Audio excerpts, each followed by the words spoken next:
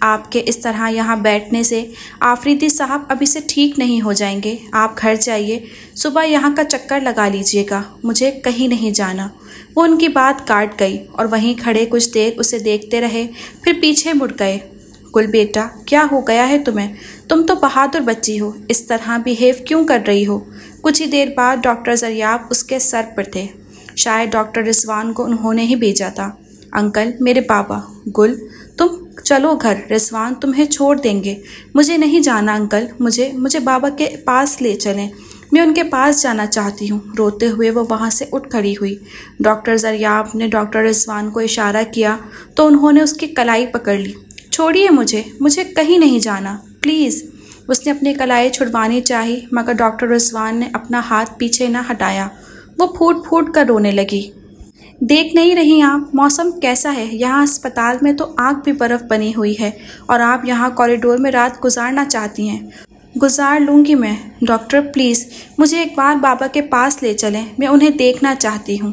وہ روتے ہوئے کہہ رہی تھی۔ وہ آپریشن تھیٹر میں ہے بیٹا، تم کیسے اندر جا سکتی ہو؟ ڈاکٹر زریاب نے اسے ایک بار پھر سمجھانا چاہا۔ مجھے ایک بار دیکھنے تو دیں۔ اچانک روتے ہوئے وہ چیخ اٹھی۔ ڈاکٹر رضوان کے ساتھ ساتھ ڈاکٹر زریاب بھی خاموش سے ہو گئے۔ وہ کلائی چھوڑ کر دونوں ہاتھوں میں چہرہ چھپا گئی تو ڈاکٹر زریاب خان نے اس کے سر پر ہاتھ رکھ دیا۔ صرف ایک بار دیکھ لو، لیکن یہاں رکنا نہیں۔ ڈاکٹر رضوان کے ساتھ گھر چلی جانا۔ ان کی بھی بیوی کی طبیعت کچھ ٹھیک نہیں، اس لیے یہ گھر جانا چاہ رہے ہیں۔ نہ جانے اس نے ان کی بات سنی یا نہیں۔ آنسوؤں سے تر چہرہ اٹھا کر انہیں دیکھنے لگی۔ وہ اسے آپریشن تھیٹر لے گئے۔ جب اپنے سب سے عزیز پیارے بابا جان کو ڈاکٹرز اور مشینوں کے درمیان دیکھا تو چاہنے کے باوجود اپنی چیخیں نہ روک سکی۔ ڈاکٹر زریاب اسے باہر لائے اور ڈاکٹر رضوان کی گاڑی میں بٹھا دیا۔ انکل آپ انہیں بچا لیجئے، میں ان کے بغیر زندہ نہیں رہ پاؤں گی۔ اللہ کا واسطہ ہے انکل، میں اکیلی رہ جاؤں گی ورنہ۔ ہم کوشش کر رہے ہیں، تم ہمت مت ہارو۔ وہ نیچے جھولتی اس کی شال کو اٹھا کر اس کے شانوں پر ڈالتے ہوئے بولے۔ ڈاکٹر زریاب بے بسی سے اسے دیکھتے چلے گئے۔ ڈاکٹر رضوان نے لبوں پر زبان پھیری اور گاڑی آگے بڑھا لی۔ برف گرنے کا سلسلہ اب بھی وقفے سے جاری تھا۔ سارا رستہ وہ روتی آئی۔ ڈاکٹر رضوان نے 2-3 بار اسے چپ کرانے کی کوشش کی مگر اس کے اتنے بڑے دکھ کو دیکھ کر اسے حوصلہ دینے کی بھی سکت نہ رکھ سکے۔ اگر آپ کہیں تو ڈاکٹر عفان خان آفریدی کو بتا دوں؟ نہیں، آپ ایسا کچھ نہ کیجیے گا۔ گلوگیر لہجے میں بھی اس کی بے بسی چھلک رہی تھی۔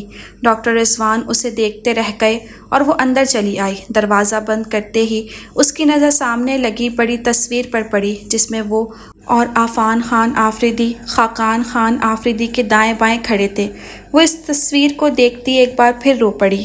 صبح جب وہ کالج کے لیے نکل رہی تھی تو بابا جان اسی تصویر کو دیکھ کر اپنے آنسو روکنے کی ناکام کوشش کر رہے تھے۔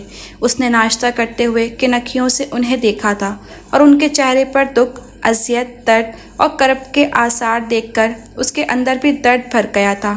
بابا نے پلک جھپکتے ہوئے اسے دیکھا تھا۔ وہ نظریں چرا گئی تھی۔ ایسا کیوں کر رہی ہو تم؟ ان کی بھیگی آواز کمرے میں گونجی تھی۔ وہ سر جھکا گئی۔ اس نے تب تو کوئی جواب نہ دیا لیکن کالج جاتے ہوئے اپنے مچلتے دل کو بارہا بہلایا اور قابو کیا تھا، لیکن اب اسے سامنے دیکھ کر اس کے اندر چھپے آنسو بھی باہر آ گئے۔ عفان خان، کتنے برے ہو تم۔ اس نے ایک اور زہریلی نظر تصویر پر ڈالی اور بے بسی سے آنکھیں موند لیں، لیکن یہ زخم جسم کے نہیں تھے جو آنکھیں بند کر کے جٹلائے جا سکتے۔ یہ زخم تو روح پر لگے تھے اور روح پر لگے زخم کبھی جٹلائے نہیں جا سکتے۔ اس نے اس لمحے اپنے اندر گہرے دکھ، درد کی سوئیاں چبھتی محسوس کی۔ اسے اس پل اپنا آپ بہت نڈھال محسوس ہوا اور وہ جیسے بہت کمزور ہو گئی تھی۔ جب خود کو بہت نڈھال محسوس کرو، جب دل کے ہاتھوں کمزوری محسوس ہو تو مجھے تم آواز دے دینا، میں اسی وقت اسی پل تمہارے قریب تمہارے پاس آ جاؤں گا۔ اس کی سماعتوں کے گرد اسے بے وفا شخص کی غمگین آواز گونجی تھی۔ وہ آنکھیں کھول کر ایک بار پھر تصویر کو دیکھنے لگی۔ اسے اپنے گال بھیگتے محسوس ہوئے۔ تصویر میں وہ شخص مسکرا رہا تھا اور وہ ادھر رو رہی تھی۔ کیوں آئے تم ہماری زندگی میں؟ کیوں ہم دادا پوتی کو اپنا عادی کیا؟ کیوں ہم لوگوں کو دوراہے پہ لا کر کھڑا کر دیا کہ نہ ادھر کے رہے نہ ادھر کے؟ کیوں اتنا بڑا ظلم کیا ہم لوگوں کے ساتھ؟ عفان خان آفریدی، کچھ ہماری محبت کا ہی لحاظ کر لیتے۔ کچھ ہمارے رشتوں کا ہی خیال کر لیتے۔ روتے روتے اس نے بہت دنوں بعد اس شخص سے دل کا شکوہ کیا تھا، ورنہ اس شخص سے شکوہ کرنا تو ایک طرف وہ اسے یاد تک نہ کرنا چاہتی تھی۔ کیسے رہ سکتی ہو تم اس کے بغیر؟ تمہاری خالی مانگ مجھے بہت تڑپاتی ہے گل میری جان، ایک بار صرف ایک بار اسے معاف کر دو۔ زندگی کو اس پر اور خود پر اتنا دشوار مت کرو، ورنہ جھولی میں پچھتاووں کے سوا کچھ نہ رہے گا۔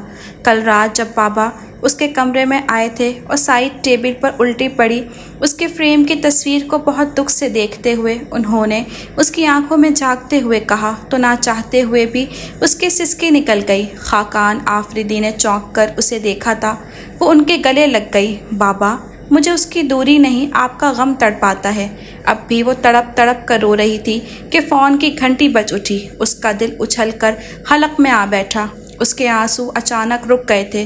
اس نے بہت خوف سے بجتے فون کو دیکھا تھا، فون کی بیل تو مسلسل بج رہی تھی اور اسی تسلسل سے اس کی دھڑکنیں بھی دھڑک رہی تھیں۔ یا اللہ میری مدد فرما، مجھے کسی بری خبر سے محفوظ رکھ۔ یا اللہ میرے بابا کو اپنے حفظ و امان میں رکھ۔ فون تک جاتے جاتے نہ جانے اس نے ڈرتے ڈرتے کتنی دعائیں مانگ لی تھیں۔ ہیلو، بائیں ہاتھ کی انگلی سے کن پٹی رگڑتے ہوئے اس نے بہت سہمی ہوئی آواز میں کہا تھا، کیا ہوا صاحبزادی؟ تم رو رہی ہو؟ دوسری طرف سے وہی ظالم آواز ابھری تھی جسے آئندہ زندگی میں کبھی نہ سننے کا اس نے دل سے عہد کیا تھا۔ اس نے اگلے لمحے ریسیور کریڈائل پہ رکھ دیا، لیکن گھنٹی پھر سے بجنے لگی تو وہ وہاں سے ہٹ گئی۔ لیکن اس نے دل میں یہ شکر ضرور ادا کیا کہ دوسری جانب کوئی ڈاکٹر نہ تھا۔ وہاں سے ہٹنے کے بعد اس نے وضو کیا اور مصلے پر آ گئی۔ اسے کیسے پتہ چلا کہ میں رو رہی ہوں؟ مصلے پہ کھڑے ہونے سے ایک لمحہ پہلے اس کا دل دھڑکا تھا، پھر اس نے سر ضرور جھٹکا لیکن دل سے آتی اس آواز کو جھٹلا نہ سکی، اور اب وہ رو رو کر اللہ تعالیٰ سے اپنے بابا کی زندگی مانگ رہی تھی، ان کی صحتیابی کے لیے دعا مانگ رہی تھی۔ بابا، بھوک لگی ہے۔ وہ کچن کے دروازے پر آ کھڑی ہوئی۔ خاقان خان آفریدی نے گردن موڑ کر بہت محبت سے اسے دیکھا۔ وہ ابھی تک کالج یونیفارم میں تھی، سفید کپڑوں میں اس کے چہرے کی سرخی نمایاں ہو رہی تھی۔ سر کے بال باہر کی ہواؤں کی وجہ سے ابھی تک الجھے بکھرے ہوئے تھے، لیکن اسے ان کی قطعی پرواہ نہ تھی۔ اسے تو آتے ہی بھوک لگی تھی، وہ اپنا حلیہ ٹھیک کرنے کا کہاں سوچتی۔ لگتا ہے آج بہت تھک گئی ہو، انہوں نے بہت محبت سے کہا تو وہ ہنستی ہوئی چلتی ہوئی ان کے پاس آ کھڑی ہوئی۔ تھکنا وکنا کیسا بابا، وہ تو آپ کو دیکھ کر ہی لاڈ کرنے آ جاتی ہوں، ورنہ اب خود ہی کھانا تیار کر رہی ہوتی ہوں۔ اس نے لاڈ سے اپنی باہیں ان کے گلے میں ڈال دیں۔ بالکل عثمان کی طرح تمہاری عادتیں ہیں، بے ساختہ ان کے لبوں سے نکلا تھا، لیکن اگلے ہی لمحے انہوں نے اپنی زبان دانتوں تلے دبا لی۔ صحاب کی باہیں ذرا ڈھیلی پڑی تو وہ نظریں چرا گئے۔ رات چاچو نے دوبارہ فون کیا تھا، اس نے بہت دھیمے لہجے میں ان سے بات کی تھی۔ وہ اس کی باہیں ہٹاتے ہوئے پیچھے ہٹ گئے اور چمچ ہلانے لگے، لیکن وہ جانتی تھی کہ ان کے صرف ہاتھ ادھر ہیں، سارا دھیان اس کی طرف لگا ہوا ہے۔ چاچا رو رہے تھے، اس نے پھر آہستہ سے کہا تھا۔ وہ دیکھ سکتی تھی خاقان خان آفریدی کے ہاتھ ایک لمحے کو ساکت ہو گئے تھے، لیکن اگلے ہی پل ان کے ہاتھ پھر چلنے لگے۔ بہت تڑپ رہے تھے آپ سے بات کرنے کے لیے، مجھ سے التجائیں کرنے لگے کہ میں ان سے آپ کی بات کروا دوں۔ اس کی آواز بھیگ گئی۔ خاقان خان آفریدی لاپرواہی سے سنک میں ہاتھ دھونے لگے۔ بابا، کوئی خون کو خود سے جدا کر سکتا ہے؟ اس کے آنسوؤں سے لبریز سوال پر ان کی سانس رک گئی۔ چھوڑو اس موضوع کو، وہ پلٹے بغیر بولے۔ بابا، وہ آپ کا خون ہے، کیسے رہ لیتے ہیں آپ ان کے بغیر؟ گل جانے دو اس موضوع کو، کھانا کھا لو۔ وہ ٹھنڈے پانی سے چہرے پر چھینٹے مارنے لگے۔ بابا، انہوں نے فون رکھنے سے قبل آخری بات پتہ ہے کیا کی؟ چہرے پر پانی کا چھپاکا مارتے ہوئے ان کے ہاتھ وہیں تھم گئے۔ بابا، انہوں نے کہا، سونے سے پہلے میرے بابا کے ماتھے کا پیار لینا میری طرف سے۔ میں روز خیالوں میں سونے سے پہلے ان کے ماتھے کا پیار لیتا ہوں، آج تم میری طرف سے لے لو، شاید کہ آج کی رات میری سکون سے بسر ہو جائے۔ بکواس بند کرو، میری ایک بار کہی گئی بات تمہیں سمجھ پہ نہیں آتی؟ اچانک وہ دھاڑے تھے، وہ سہم کر چپ ہو گئی۔ اسے گھورتے ہوئے وہ کچن سے باہر نکل گئے۔ وہ ان کی پشت دیکھنے لگی، جانتی تھی کہ وہ اس سے اپنے آنسو چھپانا چاہتے ہیں، اسی لیے یہاں سے نکل گئے۔ کمرے میں آ کر انہوں نے اپنے آنسوؤں کو مزید نہیں روکا تھا، وہ پھوٹ پھوٹ کر رو پڑے تھے۔ وہ چونکی تھی اور پھر دل میں امڑتے درد کو وہیں دبا لیا تھا۔ مجھے دعاؤں کی بہت ضرورت ہے صحاب، تم دن میں صرف 2 بار بھی میرے لیے دعا کرو نا تو میری ہر مشکل آسان ہو جائے۔ بہت دور سے اس کی آواز آئی تھی۔ اس نے اپنے ہاتھ نیچے گرا لیے۔ پاس رکھا فون ایک بار پھر بجنے لگا تھا۔ اس نے آنسو پونچھتے ہوئے ریسیور اٹھا لیا۔ صحاب، سچ سچ بتاؤ، تم خیریت سے ہو نا؟ تمہیں کچھ ہوا تو نہیں؟ تم ٹھیک ہو نا؟ تم کیوں نہیں بول رہی؟ صحاب بتاؤ صحاب، آر یو آل رائٹ؟ چھوٹتے ہی اس نے بےتابی سے پوچھا تھا۔ اس کی سسکی نکل گئی۔ صحاب صحاب میری جان، بتاؤ کیا ہوا ہے تمہیں؟ بابا تو ٹھیک ہے نا؟ بولو صحاب۔ بہت بےتابی اور بے چینی سے وہ پوچھ رہا تھا۔ اس کی تیز تیز چلتی سانسوں سے وہ اندازہ لگا سکتی تھی کہ وہ ادھر کس قدر پریشان ہے اور ایک ہی سانس میں سب کچھ پوچھ لینا چاہتا تھا۔ کچھ نہیں ہوا، نہ مجھے نہ بابا کو۔ وہ چیخ پڑی۔ پھر تم رو کیوں رہی ہو صحاب؟ تمہیں میرے رونے سے کیا؟ تم اپنا کام کرو۔ صحاب صحاب چپ ہو جاؤ، اب آئندہ فون مت کرنا۔ میرے پاس اتنا فضول وقت نہیں ہے کہ تمہاری فضول باتوں کا جواب دیتے پھروں۔ بہتر ہے اب دوبارہ فون نہ کرنا۔ اس کی اگلی بات سنے بغیر اس نے فون بند کر دیا، لیکن آنکھوں سے ٹپکتے پانی کو وہ روک نہ سکی اور پھر ریسیور کو ہونٹوں سے لگا کر پھوٹ پھوٹ کر رو دی۔ فون کی گھنٹی بجی تو پاس بیٹھے خاقان آفریدی نے صرف ایک نظر بجتے فون کو دیکھا اور پھر سبحان کو فون اٹھانے کا اشارہ کر دیا۔ اس سے پہلے کہ سبحان فون اٹھاتا، صحاب نے پہلے ہی ریسیور ہاتھ میں تھام لیا اور جیسے ہی ریسیور کان سے لگایا اس کے چہرے کی رنگت لمحہ بلمحہ بدلنے لگی، جیسے خاقان خان آفریدی نے بغور دیکھا تھا۔ چاچو، اس کے لب ہلے تھے اور ان لبوں سے نکلے یہ الفاظ خاقان آفریدی کے اندر کو چیر گئے۔ وہ گل پر سے نظریں ہٹانا چاہتے تھے لیکن وہ چاہ کر بھی ایسا نہ کر سکے، بس خاموشی سے صحاب گل کے ہاتھوں میں تھامے ریسیور کو دیکھتے رہے۔ بابا، وہ آہستہ آہستہ چلتی ان کے پاس آ گئی۔ وہ اب بھی گل پر نظریں جمائے ہوئے تھے، چونک کر اسے دیکھنے لگے۔ چاچا آپ سے بات کرنا چاہتے ہیں، بہت ڈرتے ڈرتے اس نے کہا تھا۔ وہ خالی خالی نظروں سے اسے دیکھتے رہے۔ بابا، کچھ دیر بعد وہ بولی تھی اور پھر ان کا کندھا ہلایا۔ چاچا آپ سے بند کر دو فون۔ وہ سرد مہری سے بولتے ہوئے سیدھے ہوئے تھے۔ بابا، صرف ایک بار، چاچا رو رہے ہیں۔ اس کی اپنی آواز رندی ہوئی تھی۔ صحاب نے ریسیور ان کے کان سے لگا دیا۔ ان کے اعصاب تن گئے، ماتھے پہ ناگواری کی کئی نئی لکیریں ابھری۔ بابا میں عثمان ہوں، مجھے معاف کر دیں بابا، میں آپ کے پاس آنا چاہتا ہوں، مجھے اپنے پاس آنے سے نہ روکیے پلیز بابا، میری بات کا جواب دیں، کیا میں واپس آ جاؤں؟ آپ کے پاس آ جاؤں بابا؟ بظاہر تو ان کے ماتھے پر پہلے سے موجود شکنوں میں کئی گنا اضافہ ہوا تھا، لیکن ان کے اندر کیا ہو رہا تھا یہ بس وہی جانتے تھے۔ بابا آپ بولیے تو صحیح، اپنی آواز تو مجھے سنا دیں، میں ترس گیا ہوں آپ کی مشفق آواز سننے کے لیے۔ بابا ایک بار بولیے تو صحیح، ایک بار میرا نام تو لے دیں۔ بابا میں بہت بے سکون ہوں، بے قرار ہوں بابا، آپ کا عثمان آپ کے لیے تڑپ رہا ہے، بابا بولیے نا، آپ کا عثمان آپ کی آواز سننا چاہتا ہے۔ ان کے تنے اعصاب اور بھی تن گئے۔ بابا مجھے زندگی کا کوئی اعتبار نہیں، مجھے لگتا ہے جیسے میں عثمان کو اس قدر تڑپائیے تو نہیں، کیوں جیتے جی مار رہے ہیں اسے؟ آپ کا عثمان زندہ ہوتے ہوئے بھی زندہ نہیں ہے یا؟ آگے ان سے سنا محال ہو گیا۔ انہوں نے ریسیور پیچھے پھینکا تھا اور پھر ہانپتے کانپتے لاٹھی تھامی اور اٹھ کھڑے ہوئے۔ وہ جو سانس روکے کھڑی تھی ایک دم آگے بڑھی، ابھی انہیں پکڑنا ہی چاہتی تھی کہ انہوں نے ہاتھ اٹھا کر اسے وہیں رکنے پر مجبور کر دیا۔ وہ وہیں کھڑی کی کھڑی رہ گئی۔ سبحان نے اٹھ کر اپنی شال درست کی اور پھر ان کے ساتھ باہر نکل گیا۔ صحاب نے بے بسی سے کھلے دروازے کی طرف دیکھا تھا اور پھر ریسیور کی طرف جہاں سے عثمان خان آفریدی کی آواز اب بھی آ رہی تھی۔ وہ بہت آہستہ سے آگے بڑھی اور پھر اتنی ہی نرمی سے ریسیور اٹھا کر ٹریڈائل پر رکھ دیا۔ اس کی آنکھوں سے آنسو بہت تیزی سے بہہ رہے تھے۔ خاقان خان آفریدی بہت نامور آئی اسپیشلسٹ تھے۔ سلیمان خان آفریدی ان کے بڑے بیٹے جبکہ عثمان خان آفریدی ان کے چھوٹے بیٹے تھے۔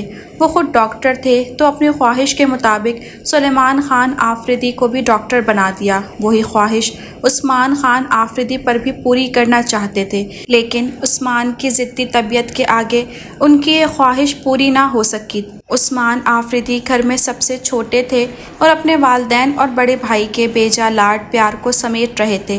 اسی بے جا لاڈ پیار نے انہیں بگاڑ کے رکھ دیا۔ جن دنوں سلیمان خان آفریدی کی شادی کی تیاریاں ہو رہی تھیں انہی دنوں خاقان خان آفریدی نے ان کی منگنی کرنے کا بھی سوچا، لیکن جب ان کی یہ سوچ عثمان خان آفریدی تک پہنچی تو وہ گمسم سے ہو گئے۔ گھر والے یہی سمجھے کہ وہ راضی ہو گئے ہیں، سب یہی سمجھتے رہے کہ عثمان خان خوش ہیں۔ ادھر سلیمان آفریدی کی شادی کی تاریخ رکھی گئی تو دوسری طرف عثمان کی خالہ زاد فائزہ خان سے منگنی کر دی گئی۔ منگنی کی خبر جب عثمان تک پہنچی تو وہ دنگ رہ گئے۔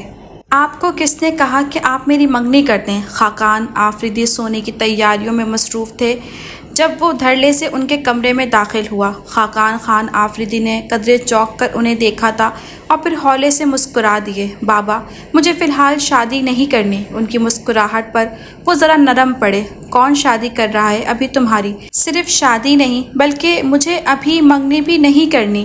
لہجہ اٹل اور خردرا تھا۔ خاقان خان کے ماتھے پر لکیریں پڑ گئیں۔ منگنی تو ہو چکی، تو پھر توڑ دیں اسے۔ بکواس بند کرو، جانتے ہو کیا کہہ رہے ہو تم؟ ان کے اچانک کہہ دینے پر خاقان خان آفریدی بھڑک اٹھے۔ ہاں جانتا ہوں، اور میں یہ اپنے مکمل ہوش و حواس میں کہہ رہا ہوں۔ وہ ذرا بھی نرم نہ پڑے۔ بابا، مجھے فائزہ سے شادی نہیں کرنی۔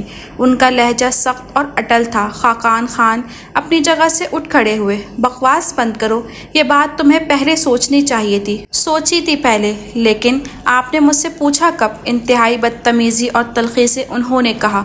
عثمان، بدتمیزی مت کرو۔ فائزہ تمہاری خالہ کی بیٹی ہے اور اپنے ہی خاندان کی ہے۔ ان کی ماں نے مداخلت کی۔ اگر اپنے ہی خاندان میں میری شادی کرنی تھی تو پھر کسی اور سے کیوں نہیں؟ مثلاً کس سے؟ ہادیہ آفریدی سے۔ ان کے آرام سے کہنے پر خاقان خان آفریدی کے سر پر جیسے چھت آ گری تھی، جبکہ ان کی بیوی کا ہاتھ سینے پر جا پڑا تھا۔ ہادیہ خان آفریدی خاقان خان آفریدی کے چھوٹے بھائی کی بیٹی تھی۔ وہ نہ صرف ان کی بھتیجی تھی بلکہ سلیمان خان آفریدی کی منگیتر بھی، جن کی شادی میں صرف 2 دن رہ گئے تھے، اور پھر یہ دن کب آئے، کیسے آئے اور کس وقت آئے کوئی نہیں جانتا۔ کوئی جانتا تھا تو صرف اتنا کہ شادی کا دن آیا ضرور، لیکن اس دن ہادیہ آفریدی کا کمرہ خالی تھا۔ عثمان خان آفریدی اور ہادیہ خان بھاگ گئے۔ اس دن سب کی زبان پر ایک یہی جملہ تھا۔ باہر برف باری ہو رہی تھی۔ اس نے صبح خان سے کہہ کر پکوڑے اور سموسے تلوا لیے اور پھر ٹرے اٹھا کر باہر برآمدے میں آ بیٹھی، جہاں خاقان آفریدی پہلے ہی برا جمان تھے۔ ان کے ہاتھ میں گرم گرم چائے کا بھرا ہوا کپ تھا جو کچھ دیر قبل وہ انہیں دیکھ کر گئی تھی۔ اب وہ ترموز بھر کر چائے کا لائی تھی، کیونکہ وہ دونوں دادا پوتی چائے کے رسیا تھے۔ گل ہوں؟ وہ کپ میں چائے نکالتی چوکی۔ تمہارے چاچو کی کتنی اولادیں ہیں؟ ان کے سوال پر وہ قدرے حیران ہوئی، لیکن پھر اگلے ہی لمحے اس نے اپنی حیرت پہ قابو پا لیا۔ خاقان خان آفریدی اخبار چھوڑ کر اسے بغور دیکھ رہے تھے۔ صرف اکلوتا بیٹا ہے۔ کیا نام ہے اس کا؟ تمہیں معلوم ہے؟ نہ جانے کیوں وہ اس سے پوچھ رہے تھے۔ اس نے اپنا سر اس بات میں ہلا دیا اور پکوڑوں کی پلیٹ ان کے سامنے کی، لیکن وہ اس کا چہرہ دیکھتے رہے، پلیٹ کی طرف ہاتھ ہی نہ بڑھایا۔ ان کی آنکھوں میں جھلکتا اشتیاق، بے چینی اس سے چھپی نہ رہ سکی، اسی لیے وہ سیدھی ہو گئی۔ عفان خان آفریدی، تمہارے خیال میں اب وہ کتنے برس کا ہے؟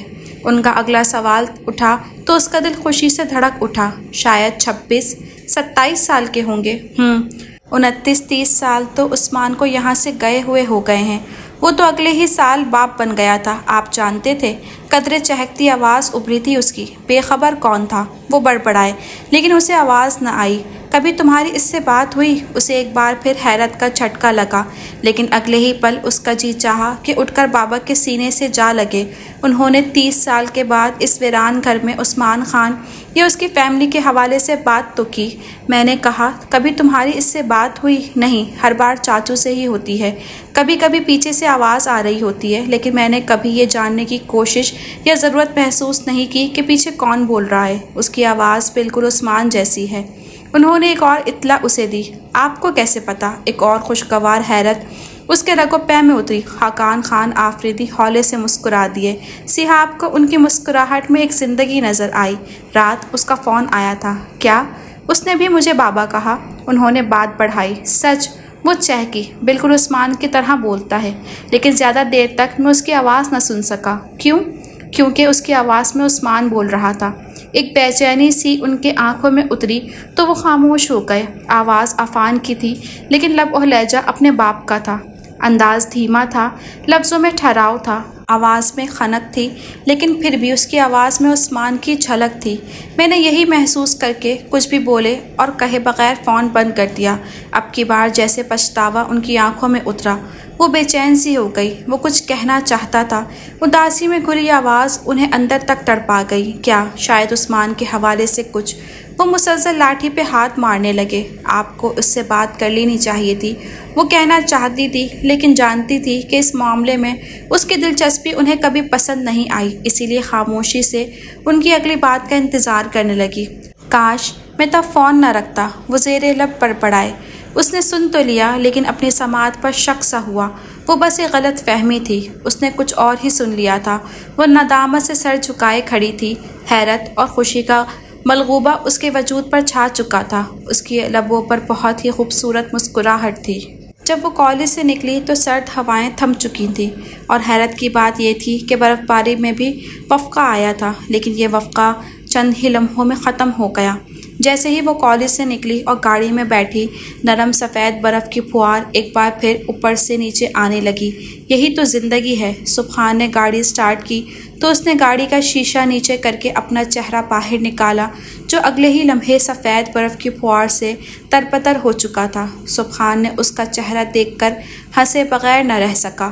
وہ بھی شیشے میں اپنا چہرہ دیکھ کر شرمندہ ہونے کے بجائے ہنسنے لگی۔